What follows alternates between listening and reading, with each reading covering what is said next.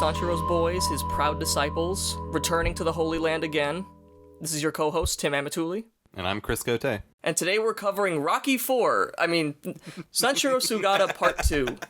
Yeah, Sanshiro Sugata Part 2.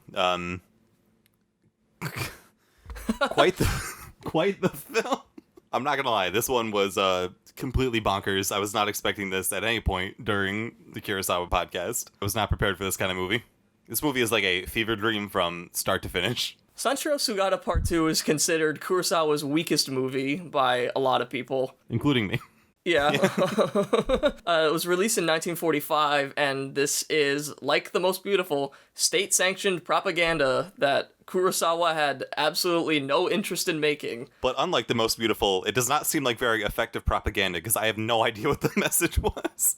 The message of The Most Beautiful is overwhelmingly obvious. It's like a propaganda movie kind of only in the first half, and then it actually becomes a sort of sequel. I guess just about, like, Japanese culture. Yeah, it's the propaganda of Japan being better than America, but that's like it. And even that's vague. That makes sense. This movie was released only 3 months before Japan surrendered in World War II, so the propaganda isn't really reaching out to much of an audience. Also, there were, like, no movie theaters left in the country because they were all destroyed. Yeah, well, luckily for Kurosawa's reputation, I guess, because this was not a great film. Yeah, exactly. This isn't the one that he wants to be known for. The last paragraph about this book in his autobiography, he says, quote, Sanshiro Sugata Part 2 is not a very good film. Period. I'm glad he knows. Yeah, it's very nice to see that he has an ego, definitely, but he doesn't have an ego about this one. He is right that Sanshiro Sugata Part 2 is not a very good film, but it is a very fun film in a lot of weird ways. I know, yeah, I enjoy it, but it's not that good. It was fun. So the plot summary is, I'm just going to read it. It's probably not going to make any sense because it doesn't in the plot. So, Sanshiro Sugata Part 2 takes place a few years after the events of the first Sanshiro Sugata movie. Sanshiro has just returned from 2 years of journeying to find an American presence in town, including a boxing ring. Sanshiro is disgusted by the Americans and their boxing as a form of entertainment. It is revealed that he has not seen Seo since the death of her father, which Sanshiro blames himself for. He returns to his judo school, where Chishin and Genzaburo, the brothers of Genosuke Higaki, the main villain from the first film, challenge Sugata to a duel for revenge. He refuses, and the brothers begin terrorizing the judo students with their karate. After much personal struggle, and after breaking all of his dojo's rules, Sanshiro accepts the duel with the Higaki brothers. Sugata fights and bests Chishin on a snowy mountainside, and afterwards cooks for the brothers in their hut. And that's how the movie ends. Which, I sound confused because I am. Because the ending's very weird. We spent a long time trying to figure out how to write the ending of this plot summary, because I truthfully don't know how to really put it into words. We'll get to it. Yeah, in watching it, it comes across just as weird. The whole movie's whack. Such a weird vibe throughout the entire film in a way that I don't know, I never would have expected. But unfortunately, no Takeshi Shimura in this movie. We haven't caught him. It's a shame, he would have elevated the film. He was in the last 2, but didn't make it this time. Yeah, no, he dies off screen, and it becomes kind of a plot point, but not really, like anything in this movie. Yeah, so his specter is still there, but he's not here, unfortunately, in flesh. But was Kurosawa even? So Debatable. The fact that Kurosawa says he really had zero interest in making this movie and really only made it because he had to, it's pretty evident because there just isn't as much going on in this one, but I don't think it's totally devoid of interest. I do think that he still does things with the material. Reading the Donald Ritchie book, he says this actually feels like if a worse filmmaker had made the original movie, because Kurosawa's style is generally really downplayed. In general, Kurosawa, it seems like he takes a lot of care with his films. And it's just, like, not evident in this movie. A lot of it just feels very careless and, like, in a very strange way. There was one part where a guy says a line, and then it cuts, and it says the line again, and it's, like, the same shot. I was like, what the hell happened? Why did I edit that out? It's so, I guess, just, like, wartime editors were just like, who gives a shit? And let it happen. It's insane that it hasn't been fixed or anything. They didn't care about it either. Yeah, no, that kind of sloppiness kind of pervades. There's nothing like in the first movie with the scene where he stays in a swamp and holds himself there. You like see the flower from the first movie, but it's just kind of like a joke. A lot of this is kind of like a joke. Again, in the Donald Ritchie book, he actually describes a lot of this as parody. Yes. The film opens with a redo of the way that Yano was introduced at the canal, but this time with Sanshiro, which I thought was actually really cool because it's like, you know, the student has become the master kind of thing. We're seeing it. It is a nice touch. But it's like not even a fight. He just flips the dude over. It's the only similarity. It's not anything that's really badass. Yeah, it is kind of like a joke. It's kind of like the opening to The Last Jedi. No, we're not getting onto that on this podcast. Yeah, that's fine. I appreciated the way the opening was like, it had a lot of parallels to the original film. And at first you're like, oh, that's a very touching way to pay homage to his story. But then the parallels keep happening and they get like weird. And that will tie into my theory about this film that I'll get to a little bit later. I definitely feel like this movie is part 2 and not just Sanshiro Sugata 2 because it is such a direct continuation of it. It does feel like these could be one whole movie. I see what you mean. But you would be very jarred in the second half. It just doesn't rise to the level of a sequel. It just feels like more film added on to the previous movie. They also do lots of other references to the first film. Senshiro uses a rickshaw to move people around several times during the film. Which was his job before he became the top judo student, which, yeah, again, I like that kind of stuff. I feel like that's when Akira Kurosawa really injects some character and character development. Overall, I'm very impressed that for a movie this old, and as a sequel, this is one of only 2 Kurosawa sequels in all of his movies, it really ties directly to it. The cast is the exact same. They make direct reference to the things that happened in the last movie without really re-explaining it all and covering it in extreme detail. I'm a little skeptical here on this point. I think it's handled more sensitively than maybe some Hollywood films are. I think in general, if you know me, you know that I think sequels are all bad. And I hate any movie that has a sequel, and I hate reboots, and I hate any attempt to... This film has not disproven that theory. I agree that it's nice that they reference that he was a rickshaw driver in the first film, but I don't like that the one character goes,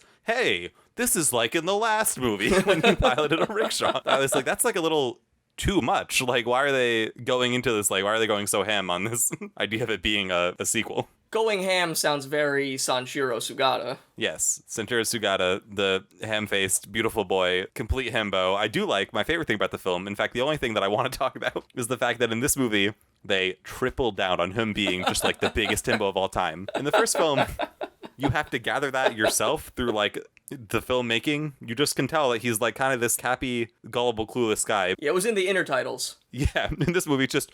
Man, Sanshiro sure is dumb and nice and gullible. That was like every character talking about Sanshiro the whole movie, and I was like, oh my god, they admit it, he's a himbo.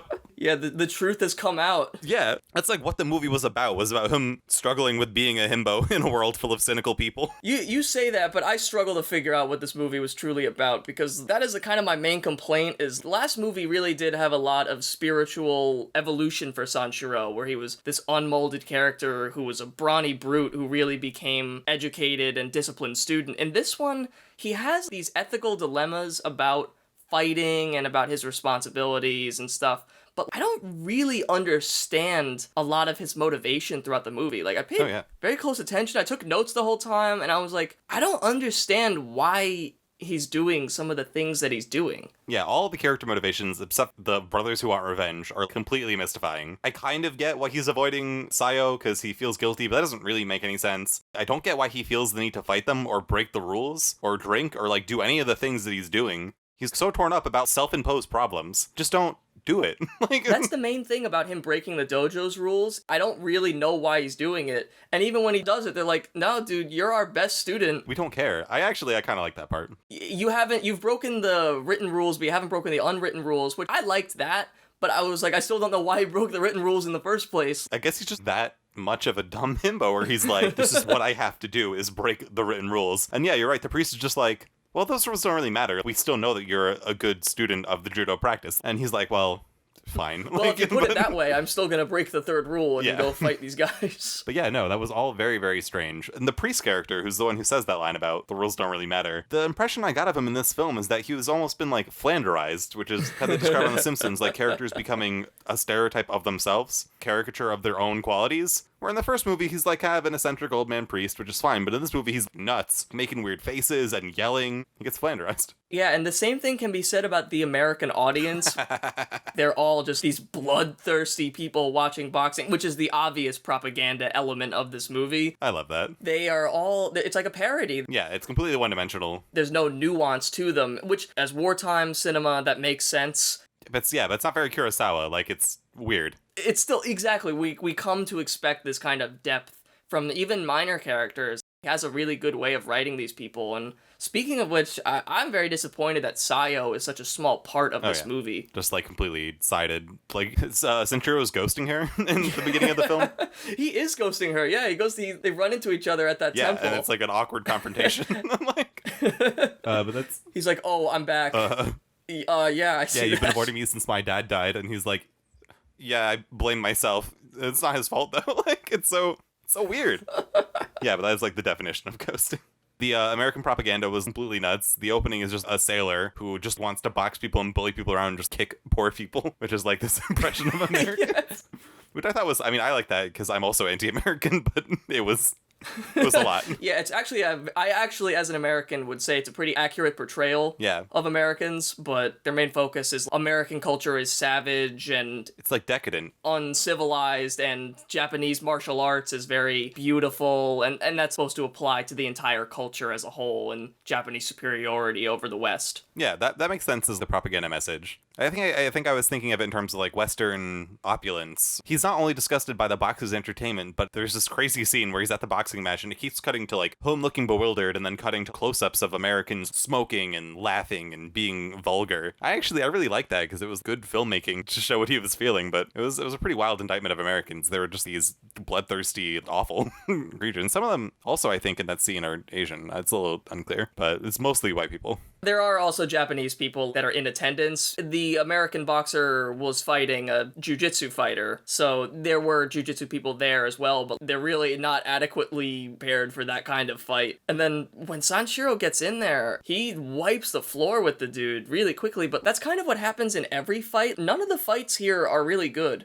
I had that problem a little bit with the first movie too, where it just seems like the point of judo as it's constructed in the first movie is just to knock your opponent to the ground as soon as possible and then the fight's over. Yeah, when he fought the boxer, he knocks him to the ground once and then the boxer's done and he gets up and then falls down again. And there didn't seem to be like a point to that. I guess just like a propagandist thing where it's just Japanese martial arts are so much better. But that was every fight, though. Even the fight at the beginning is over with one flip. The fight at the end looks really cool, but as an actual fight, there's actually very little going on. It's just a lot of screaming. And I don't think there's another one outside of it. Like, a lot of them happen off screen. If Kurosawa didn't make this, I would say this fight is racist.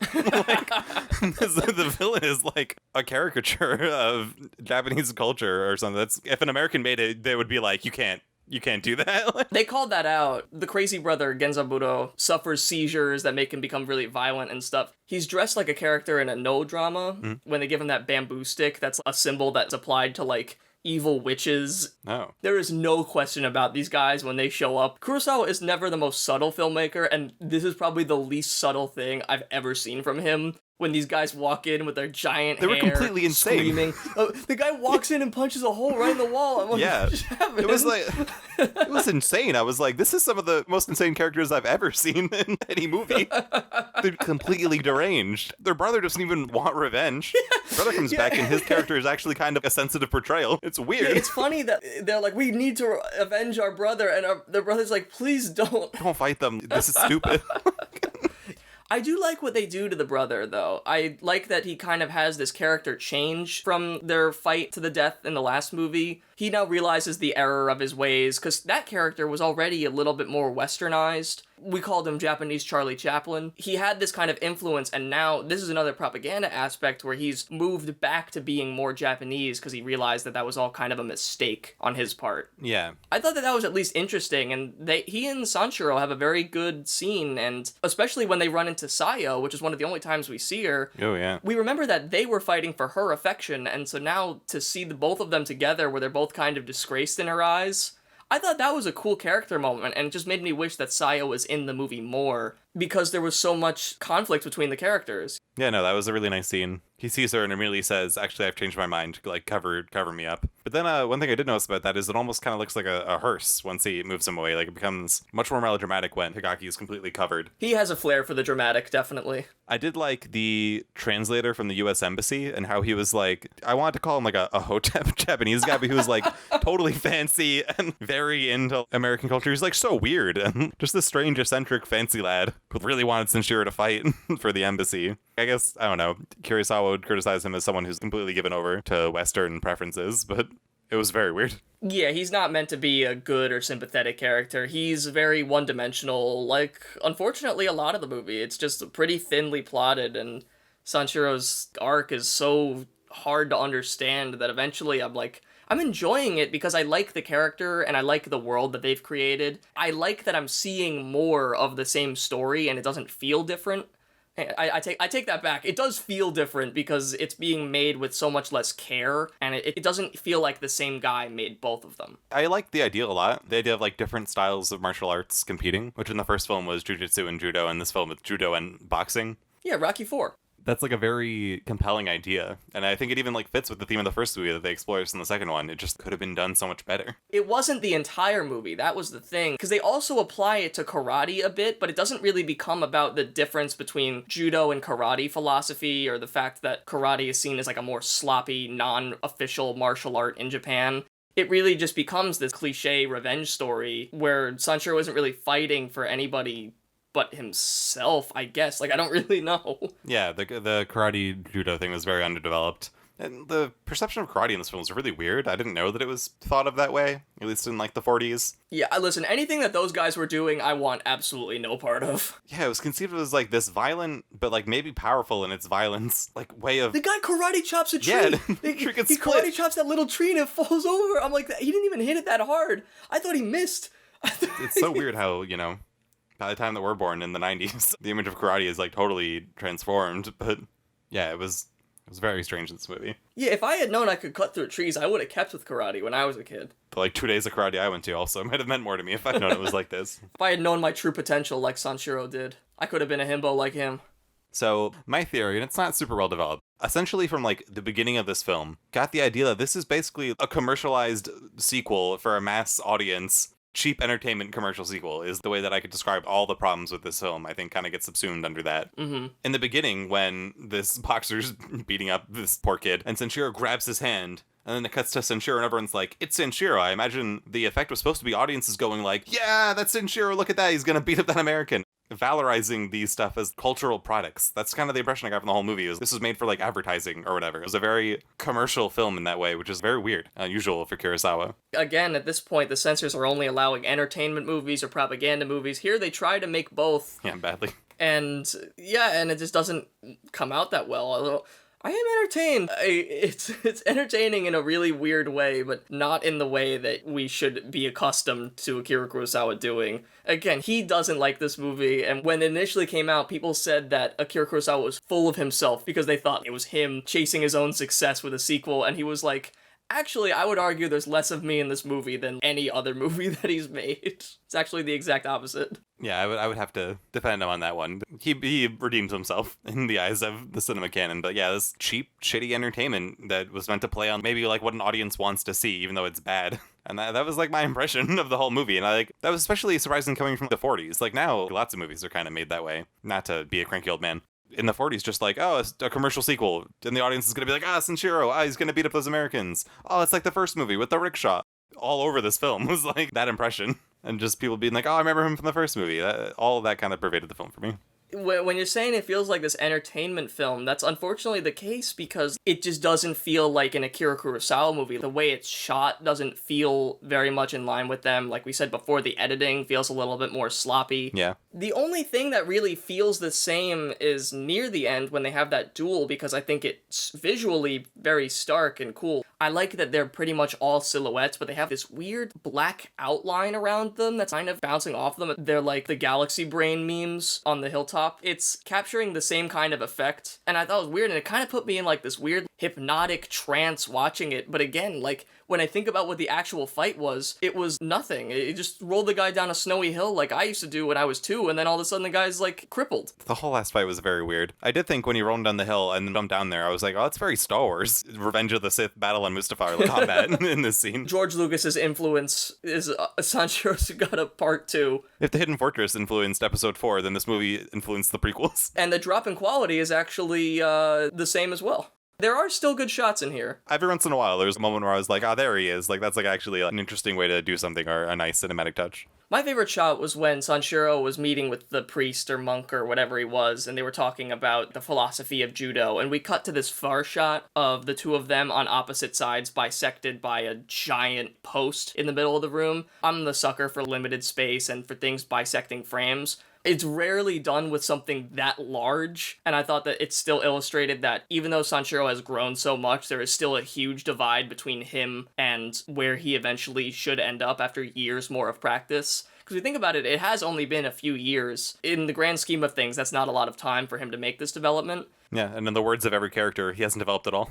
So I thought, as a composition, that said a lot, and was one of the times I actually understood Sanshiro's character in this. Yeah, that was like a rare moment of the actual form reflecting the content in the movie, which like wasn't happening for the most part. Yeah, it's like, oh, did Akira Kurosawa come in for this one shot? I was actually thinking, was an assistant director doing this whole movie? How could it be so weird? It's like a reverse Uma. Yeah. So my favorite shot, unfortunately, is not one that's quite as poetic. I just like this shot because it's funny and weird. I think it reveals something about the film itself. So it's in the first scene with the Higaki brothers, who just bust into the dojo, causing problems. Everyone's mad at them, and they walk up to Sanshiro to try and intimidate him. And they're both standing right in his face, and you see that from behind Sanshiro, and then it cuts to the reverse, where it's the two brothers framing Sanshiro, and he's not looking at them. He's just looking directly in between them, up and in the distance. And he looks like... just like totally nuts and weird, but it was like funny. I don't really even know what to make of the shot, but that stood out to me as just a very weird thing to happen suddenly in the scene, but it was also cool, and it made Sanshiro look cool. Just not even look them in the eye, just look straight forward. That was my favorite shot. I thought it revealed a lot of the film. It's hard for Sanshiro to not look cool. Yeah, that glorious himbo, which they could not stress enough in this film. Our beautiful boy. Yeah, that's Sanshiro Sugata Part 2. It's a big step down. It's probably like a 5 out of 10 movie. I still get a lot of enjoyment out of it. I do think there are good scenes, but unfortunately really is one of Kurosawa's weakest movies, and I was really rooting for it. I had seen this one once before, and I was really excited to see it again because I wanted to just take a closer look at it and see if there was a little bit more there, and I just felt like by the end it kind of fell apart, which is unfortunate, but I still do get a sort of weird enjoyment out of it. In a way, actually, like, even though this film is worse than some of his other movies, I might recommend this film first just to see a weird, strange, surreal Japanese film that is not supposed to be that way, but just is by the nature of how it was made. My only other thought on this is it mentions on the Criterion channel that this movie, like you said, was forced on him by the studio, and commercialism kills art. It killed this film, but at least, you know, there's something entertaining to come out of it. Luckily, we know that he'll have a good redemption arc. Yes. I wonder if you could actually take this movie and edit it into the missing parts of the first movie and just change the subtitles or something, or dub it. Maybe. I think you would notice the drop in quality between the two, but you could try. Yeah, you're probably right. Hopefully there's not a further drop in quality with Kurosawa's movie next week, The Men Who Tread on the Tiger's Tail, otherwise known as They Who Tread on the Tiger's Tail, movie that was released later than it was actually made, but we're going to cover it now in the continuity of him actually creating these movies one at a time. And it's his shortest movie. It's under an hour. I actually thought this movie was the one that was under an hour, so I only gave myself an hour to watch it, and then was late to something else as a result of this movie actually being an hour 20, but I'm excited for They Who Tread on the Tiger's Tail to be an hour long. So yeah, check in with us next week when we cover They Who Tread on the Tiger's Tail. See you then. Bye.